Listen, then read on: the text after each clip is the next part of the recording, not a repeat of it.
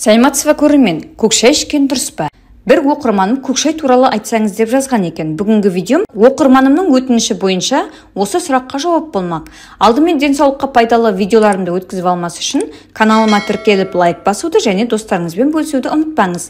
Ескерту: каналымдағы видеолар ақпараттық негізде, сондықтан кез келген халық емін қолданбас бұрын дәрігеріңізбен кеңесіңіз. Көк шай ішкен дұрыс, өйткені ол суық мезгілде денені жақсы жылытып, ыстықта шөлді қандырады. Ал дұрыс дайындалған сусын аурулармен күресуге көмектеседі. Бірақ көк шайдың ағзаға қалай әсер ететінін білген маңызды. Соған орай көк шайдың құрамындағы заттардың пайдасы мен зияны және хош иісті сусынды қай кезде ішуге болатыны, сондай-ақ қандай жағдайда одан бас тарту керек және шай жапырақтарын қалай дұрыс әзірлеу керектігі жайлы мәлімет ұсынамын. Көк шай дегеніміз не? Көк шай Қытай, Жапония, Үндістан мен Ява аралында өндіріс қажеттіліктері үшін өсірілетін мәңгі жасыл ағаш бұталарының кептірілген жапырақтары. Ал жас жапырақтар сопақша тәрізді формада болады. Бір қызығы, көк және қара шайды алу үшін бірдей шикізат қолданылады, бірақ оларды өндіру технологиясында айырмашылық бар. Кептірілген қара жапырақтар жақсы ферменттеуден кейін алынады. Көк шайды өндіру нәзік технологияларды қолданумен ерекшеленеді. Тотығу процестерін тоқтатуға жаңа піскен жапырақтарды 2-3 минутта өңдейтін бу көмектеседі. Содан кейін оның дымқылдылығын алып кептіреді, яғни мылжалап түйіршіктерді қабықшаға ширатады. Сосын өнім хош иісін, дәмін және пайдалы қасиеттерін тұрақты сақтау үшін оны дайын болғанша кептіреді. Құрамы: көк шайды өңдеуде арнайы технологияны пайдалану химиялық құрамның алуан түрлерімен ерекшеленетін сапалы шай өнімін алуға мүмкіндік береді. Органикалық қосылыстарының арасында шайдың дәміне әсер ететін илік заттектер бар. Шайдың хош иісті болу себебі эфир майларымен үйлесуінде. Көк шайдың құрамындағы кальций, темір, калий, мырыш, фтор, фосфор, йод және мыс секілді пайдалы микроэлементтер өмірлік процестерге оң әсер етеді. Шай жапырақтары зат алмасу процестерін жақсартатын А, С, Е, К, П дәрумендеріне бай. Көк шайдың пайдасы: көк шайдың құрамында көптеген пайдалы компоненттер болғандықтан, бұл бірегей сусын ағзаға жақсы әсер етеді. Ас қорыту процесін ынталандырады. Құрамында фтордың болуына байланысты тіс шегінің қалыптасуына қарсы күресте профилактикалық құралдың рөлін атқарады. Көк шай емдік дәрі-дәрмектік әсер береді. Оның құрамында танин, катехин және илік заттектер болғандықтан, ол қатерлі ісік аурулармен күресуде тамаша антиоксидант болып табылады. Олар ақуыздарды, ауыр металдар мен еркін радикалдарды байланыстырады және оларды сау жасушаларға зақым келтірмей ағзадан шығарып тастайды.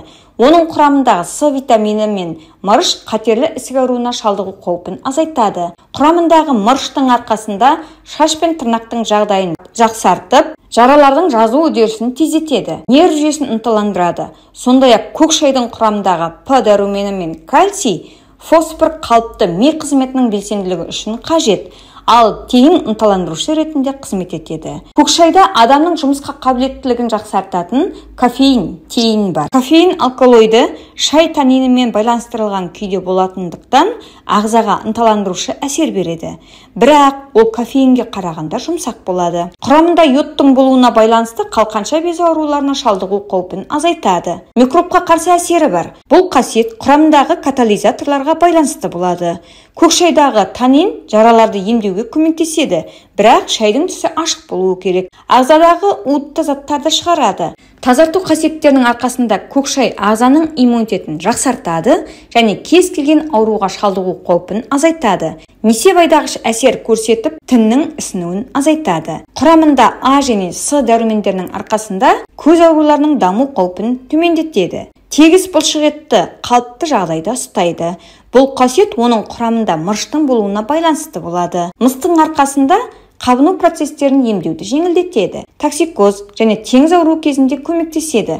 Мұндай жағдайларда құрғақ жапырақты шайнауға кеңес беріледі. Асқазанның қышқылдылығын көтеріп, асқазан ішек жолдарының қызметін ынталандырады. Әйелдерге көк шай ұзақ өмір сүру сусыны деп есептеледі. Көк шайдың әйелдерге пайдасы: көк шайдың немесе мұздатылған жасыл шай сіріндісі негізінде жасалған маскалар бет терісін жақсы сергітіп, оның серпімділігін арттырады және бет пішінін тартып тегістейді. Зат алмасу процесін ынталандыру және ағзаны тазарту құралы ретінде ас қорыту жолының қызметін жақсартып салмақ тастауға ықпал етеді. Сосын әйелдердің климактерийлік кезеңінде жалпы жағдайын жақсартуға қабілетті.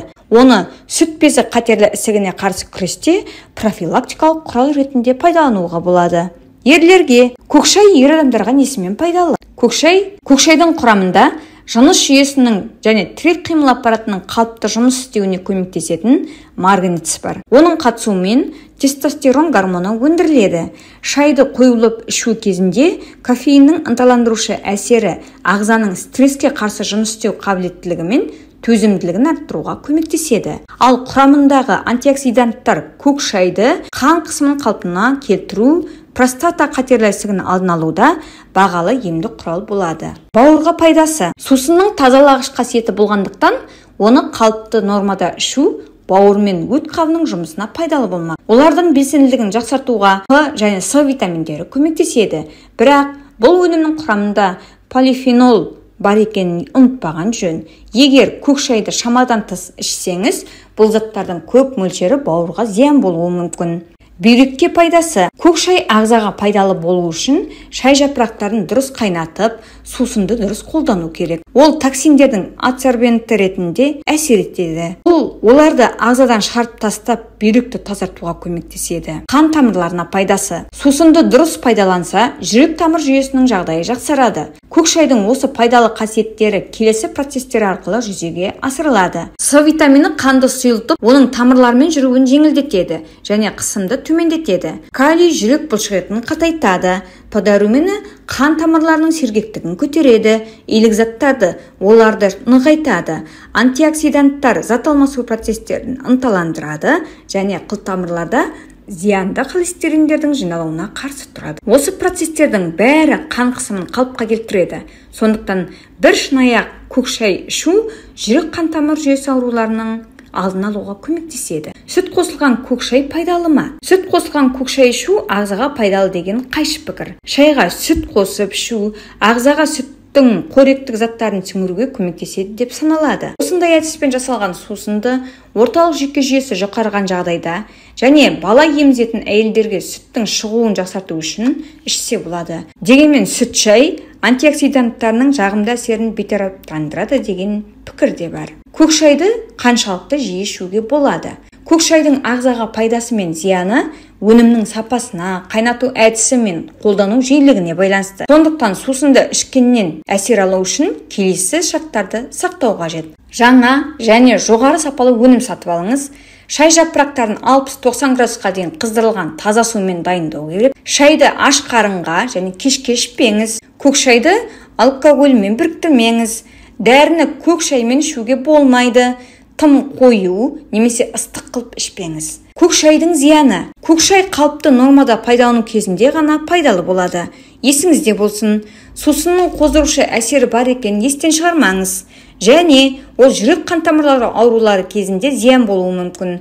Сондықтан қан қысымын жоғарылатып, жүрек ырғағын өлшеп тұру керек. Сондай-ақ көк шайды шамадан тыс ішу сүйек тығыздығының төмендеуіне және сүйектердің тез сынуына әкеп соғады. Қарсы көрсеткіштері. Хош иісті сусынды ішуге құмар адамдар қою шайды қолдануда қарсы көрсеткіштер бар екенін білуі керек. Тітіркену, ұйқысыздық, тахикардия, созылмалы бүйрек және бауыр аурулары, асқазан аурулары, қышқылдықтың көтерілуі, өткір кезеңдегі ішек жарасы, атеросклероз, гипертензия, жүктілік кезінде қарсы әсер беруі мүмкін. Бүгінгі видеом осындай. Видео ұнаса лайк басып пікір жазуды және достарыңызбен бөлісуді ұмытпаңыз. Денсаулығыңыз, байлығыңызды сақтаңыз. Шай шипа болсын. Келесі видеоға дейін сау болыңыз.